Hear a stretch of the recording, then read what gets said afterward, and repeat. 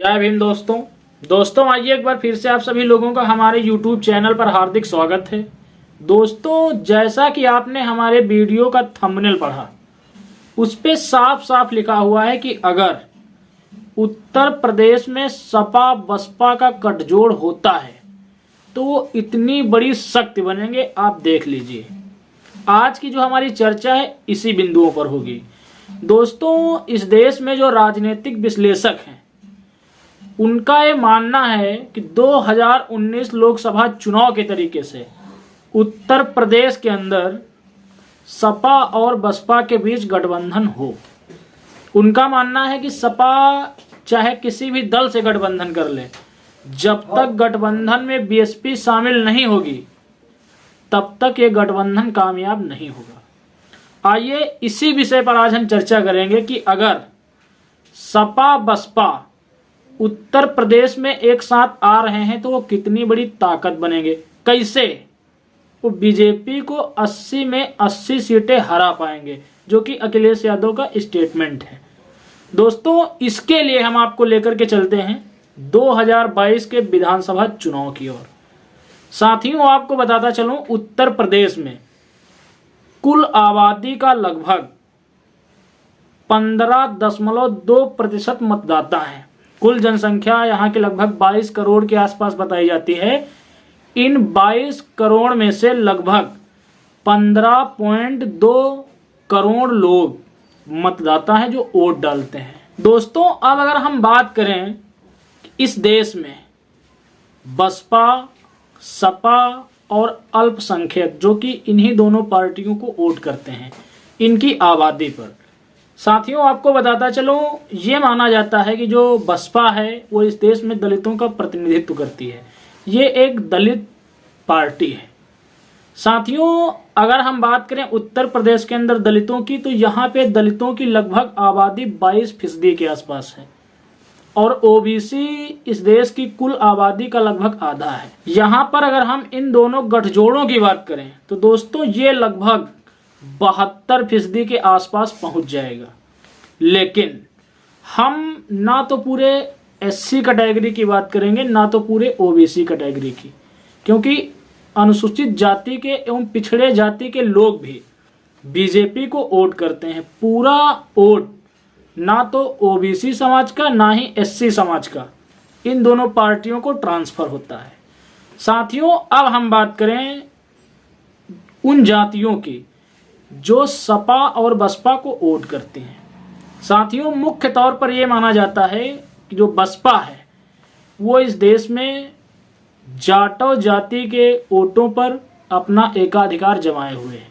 जाटव जाति का जो वोट है वो बसपा को एक मुश्त पड़ता है। और अगर बात करें यादव वोटों की, तो ये वोट भी लगभग समाजवादी पार्टी को एक मुश्त पड़ता है। दोस्तों, इस गहराई को समझने के लिए आप वीडियो को देखते रहिए। मैंने कहा जाटवों का वोट बसपा को एक मुश्त पड़ता है और यादवों का वोट सपा को एक मुश्त पड़ता है। तो जाटवों और यादवों की उत्तर प्रदेश के अंदर आबादी क्या है, आपको बताता चलूं। आपको जानकर यह हैरानी होगी कि इस देश में जाटवों की आबादी लगभग, जिनमें इनका दूसरा वर्ग जिनको चमार के नाम से भी जाना जाता है, ये टोटल वोट लगभग 16% के आसपास है। और अगर हम बात करें यादव वोट की, तो यादवों की वोट लगभग 12% है उत्तर प्रदेश के अंदर। यहीं पे तीसरा फैक्टर मुसलमानों का, जो वोट सपा में भी जाता है और बसपा में भी जाता है। इनकी आबादी साथियों उत्तर प्रदेश के अंदर 19.3% है। अब अगर इन तीनों समुदायों का वोट हम कलेक्ट करें, जो कि सपा बसपा को मिलता है, कभी कभी थोड़ा बहुत वोट कांग्रेस में चला जाता है, बाकी अधिकांशतः मुस्लिम वोट इन्हीं दोनों दलों को मिलता है। अगर इन तीनों दलों का हम कॉम्बिनेशन देखें तो ये लगभग 47% के आसपास जा रहा है। अभी बात कर लेते हैं 2022 के विधानसभा चुनाव की। उसमें किस दल को कुल पड़े मतों का कितने प्रतिशत वोट मिला था। साथियों, आपको बताता चलूं, बसपा को 2022 विधानसभा चुनाव में 12.9% वोट मिले थे। सपा को 32.1% वोट मिले थे। अगर इन दोनों पार्टियों के मतों को हम सम्मिलित रूप से देखें तो ये गणना लगभग 45% के आसपास जाती है और कांग्रेस को महज पूरा 1% नहीं मिला था, लेकिन लगभग 1% के आसपास वोट उत्तर प्रदेश में मिले थे। अगर कांग्रेस के भी वोट प्रतिशत को हम इसमें जोड़ें तो ये कुल वोट प्रतिशत लगभग 46% के आसपास जाता है। भारतीय जनता पार्टी 2022 विधानसभा चुनाव में हीरो बनी थी। 273 सीटों पर भाजपा के गठबंधन ने विजय हासिल की थी। तो ये जानना भी बहुत जरूरी है कि बीजेपी के इस एनडीए गठबंधन को 2022 में कितने प्रतिशत वोट मिला था। साथियों, तो आपको बताता चलूं, बीजेपी के इस गठबंधन को 2022 विधानसभा में 41.3% वोट मिले थे। बीजेपी अकेले एनडीए गठबंधन के साथ 41% वोट लाती है। और अगर हम सपा बसपा के गठजोड़ की बात करें तो इनका कुल वोट प्रतिशत जो इन्होंने 2022 के विधानसभा में हासिल किया वो जा रहा है 45% के आसपास। तो दोस्तों, आप सोच के देखिए, अभी भी यहां पर 4% वोट का अंतर आ रहा है। बीजेपी का वोट 41% और सपा बसपा गठजोड़ अगर हम देखें तो यहां पर ये वोट प्रतिशत लगभग 45 और अगर कांग्रेस का भी मिला ले तो ये 46 जा रहा है। ये एक सबसे बड़ा फैक्टर है 2024 में कामयाबी पाने के लिए। अभी हम बात कर लेते हैं इंडिया अलायंस के विषय में। दोस्तों, आप जानते हैं 19 दिसंबर को इंडिया अलायंस की एक बहुत बड़ी बैठक होने वाली है हमारे देश के केंद्र दिल्ली में। वहां पर उस बैठक में कौन से फैसले लिए जाएंगे, इसकी कुछ संभावनाएं राजनीतिक विश्लेषकों के द्वारा लगाई जा रही हैं। वहां पर यह बताया जा रहा है कि ये गठबंधन की जो बैठक होने जा रही है इसमें जो विपक्ष के बड़े बड़े नेता आएंगे उनका सबसे बड़ा मुद्दा इस देश में ईवीएम को लेकर होगा।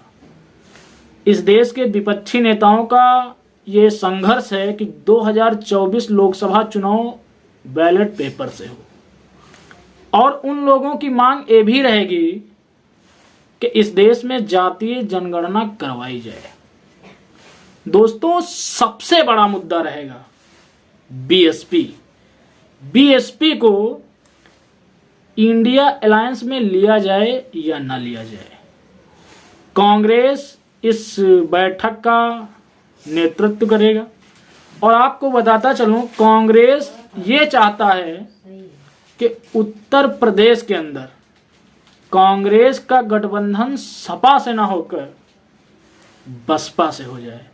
तो अभी देखना दिलचस्प यही है कि कल की बैठक में इंडिया अलायंस बसपा के बारे में क्या सोचती है। क्या इंडिया अलायंस के जो प्रतिनिधित्वकर्ता लोग हैं वो बसपा को अलायंस में लेंगे, और देखना यह भी है कि क्या बसपा अलायंस में जाती है। चूंकि बीएसपी सुप्रीमो मायावती जी ने पहले ही स्पष्ट कर दिया है गठबंधन को लेकर कि वो गठबंधन उसी दल से करेंगी जो उनको अपना वोट ट्रांसफर करवा सके।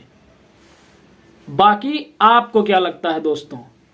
जो मैंने आपको जीत का फैक्टर बताया सपा बसपा गठजोड़ का, अगर उत्तर प्रदेश के अंदर सपा बसपा का गठजोड़ होता है तो कहीं ना कहीं ये एक बहुत बड़ी ताकत बन जाएंगे जो उत्तर प्रदेश के अंदर बीजेपी को शिकस्त दे सकती है। आपको बताता चलूं, बगैर बीएसपी के गठबंधन उत्तर प्रदेश में कोई भी हो वो कामगार साबित नहीं होगा। कोई भी गठबंधन उत्तर प्रदेश के अंदर सफल बनाने के लिए उसमें बीएसपी को लेना बहुत ही ज्यादा अनिवार्य है। ये विश्लेषण इसीलिए मैंने आज आप लोगों तक पहुंचाया। बाकी आपकी क्या राय है? क्या सपा, बसपा और कांग्रेस का गठजोड़ उत्तर प्रदेश के अंदर होना चाहिए? कमेंट सेशन में आप जरूर बताइए। और क्या इंडिया अलायंस की बैठक में ये फैसला लिया जाना चाहिए कि बीएसपी को भी इस गठबंधन में सम्मिलित किया जाए? और क्या बीएसपी को अपना ये एटीट्यूड त्याग कर उत्तर प्रदेश के अंदर गठबंधन में शामिल होना चाहिए? आप कमेंट सेशन में बताइए। हम मिलेंगे एक अगले वीडियो में। इस वीडियो में इतना ही। तब तक के लिए आप सभी को मेरा सादर जय भीम, जय भारत, जय संविधान।